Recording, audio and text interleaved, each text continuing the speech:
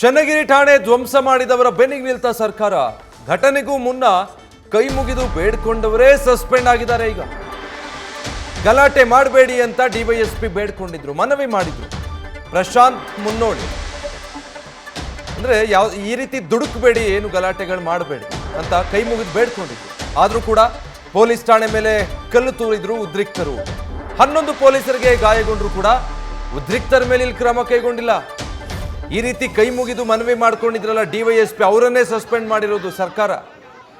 ಸರ್ಕಾರದ ಈ ನಡೆ ವಿರುದ್ಧ ಸಾರ್ವಜನಿಕರ ವಲಯದಲ್ಲಿ ತೀವ್ರ ಆಕ್ರೋಶ ವ್ಯಕ್ತವಾಗ್ತಾ ಇದೆ. ಹಾಗಿದ್ರೆ ಯಾರ ಬೆನ್ನಿಗೆ ನಿಲ್ತಾ ಇದೆ ಸರ್ಕಾರ, ಉದ್ದೇಶ ಏನು?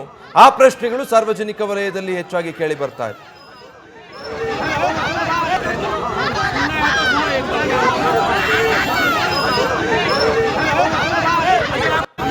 ಡೀಟೇಲ್ಸ್ ಕೊಡ್ತಾರೆ ಮಹಾದೇವ್, ಲೈವ್ ನಲ್ಲಿ ಜಾಯ್ನ್ ಆಗ್ತಾ ಇದ್ದಾರೆ.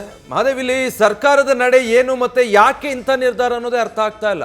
ಈಗ ಸಾರ್ವಜನಿಕ ವಲಯದಲ್ಲೇ ಚರ್ಚೆ ಆಗ್ತಾ ಇರೋ ಹಾಗೆ ಉದ್ರಿಕ್ತರ ಮೇಲೆ ಕ್ರಮ ಆಗಬೇಕಾಗಿತ್ತು, ಆದರೆ ಘಟನೆ ತಡೆಯೋದಕ್ಕೆ ಎಲ್ಲ ಪ್ರಯತ್ನ ಪಟ್ಟಿರುವಂತ ಪೊಲೀಸ್ ಅಧಿಕಾರಿಗಳ ಮೇಲೆ ಕ್ರಮ ಆಗಿದೆ. ಯಾಕೆ ಅನ್ನೋದು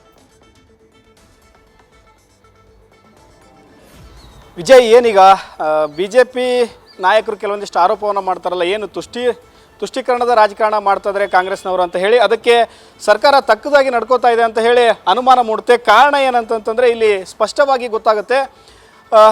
ನಿನ್ನೆ ಏನಾಗಿರುತ್ತೆ, ಪೊಲೀಸ್ ಠಾಣೆ ಮೇಲೆ ಕಲ್ಲು ತೂರಾಟ, ಪೊಲೀಸರ ಮೇಲೆ ಕಲ್ಲು ತೂರಾಟ ಆಗಿರುತ್ತೆ. ಆದರೂ ಕೂಡ ಉದ್ರಿಕ್ತರ ಮೇಲೆ ಯಾವುದೇ ರೀತಿಯಾದಂಥ ಕ್ರಮವನ್ನು ಕೈಗೊಳ್ಳುವಂಥ ಕೆಲಸವನ್ನು ಮಾಡಿಲ್ಲ.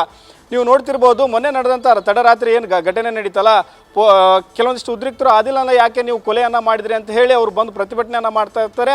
ಆ ಪ್ರತಿಭಟನೆ ಅದು ಕೂಡ ಏನು ನ್ಯಾಯಯುತವಾಗಿ ಇರುತ್ತೆ. ಯಾಕಂತಂದರೆ ಆ ರೀತಿ ಪೊಲೀಸರ ವಶದಲ್ಲಿದ್ದಾಗ ವ್ಯಕ್ತಿ ಏಕಾಏಕಿ ಸಹಜವಾಗಿ ಸಾವನ್ನಪ್ಪುತ್ತಾನೆ ಅಂತಂದರೆ ಯಾರಿಗೂ ಕೂಡ ಆ ಸಾವನ್ನು ಅರಗಿಸಿಕೊಳ್ಳೋಕ್ಕಾಗಲ್ಲ. ಸಹಜವಾಗಿ ಸಿಟ್ಟು ಬರುತ್ತೆ, ಒಂದು ಗಲಾಟೆಯನ್ನು ಮಾಡ್ತಾರೆ, ಪೊಲೀಸರ ಜೊತೆ ಒಂದು ವಾಗ್ವಾದವನ್ನು ಮಾಡ್ತಾರೆ, ಅದು ಸಹಜ ಸಿಟ್ಟು ಇರುತ್ತೆ, ಅದು ಯಾವುದೇ ಮೇಲೆ ಆ ರೀತಿ ಮಾಡ್ಬೋದು, ಅದಕ್ಕೆ ಹಕ್ಕು ಕೂಡ ಇರುತ್ತೆ. ಕಾರಣ ಏನಂತಂದರೆ ಸಾವಿನ ಸಂದರ್ಭದಲ್ಲಿ ಈ ರೀತಿ ಮಾಡಿರ್ತಾರೆ ಅಂತ.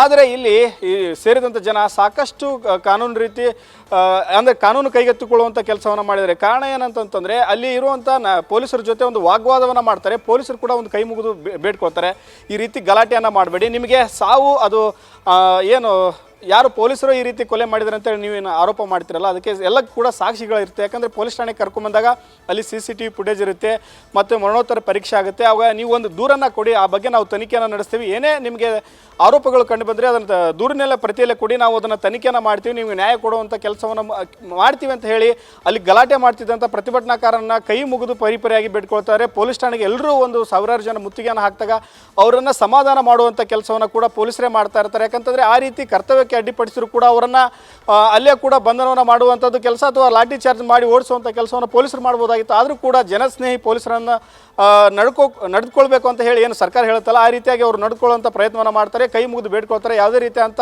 ಗಲಾಟೆಯನ್ನು ಮಾಡಬೇಡಿ, ಕಾನೂನು ತೆಗೆದುಕೊಳ್ಬೇಡಿ ಅಂತ ಹೇಳ್ತಾರೆ. ಆದರೆ ಯಾರ ಮಾತನ್ನು ಕೂಡ ಕೇಳುವಂಥ ಪರಿಸ್ಥಿತಿಯಲ್ಲಿ ಉದ್ರಿಕ್ತಿರಲಿಲ್ಲ. ಏಕಾಏಕಿ ನೂರಾರು ಜನ ಪೊಲೀಸ್ ಠಾಣೆ ಮೇಲೆ ಕಲ್ಲು ತೂರುತ್ತಾರೆ, ಪೊಲೀಸರ ಮೇಲೆ ಕಲ್ಲು ತೂರುತ್ತಾರೆ, ಅವ್ರ ಜೀಪ್ ಅವರ ವಾಹನಗಳನ್ನು ಕೂಡ ಜಖಂ ಮಾಡ್ತಾರೆ, ವಾಹನವನ್ನು ಪಲ್ಟಿ ಮಾಡ್ತಾರೆ. ಈ ರೀತಿಯಾದಂಥ ಘಟನೆ ಆದರೂ ಕೂಡ ಸರ್ಕಾರ ಅವ್ರ ಪರವನ್ನು ಮಾಡ್ತಾ ಇರುತ್ತೆ.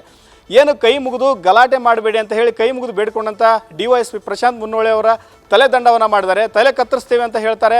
ನಾವು ಹೇಗೆ ಸುಮ್ಮನೆ ಬಿಡೋಕ್ಕಾಗುತ್ತೆ ಅಂತೇಳಿ ಪರಮೇಶ್ವರ್ ಗೃಹ ಸಚಿವರು ಹೇಳ್ತಾರೆ.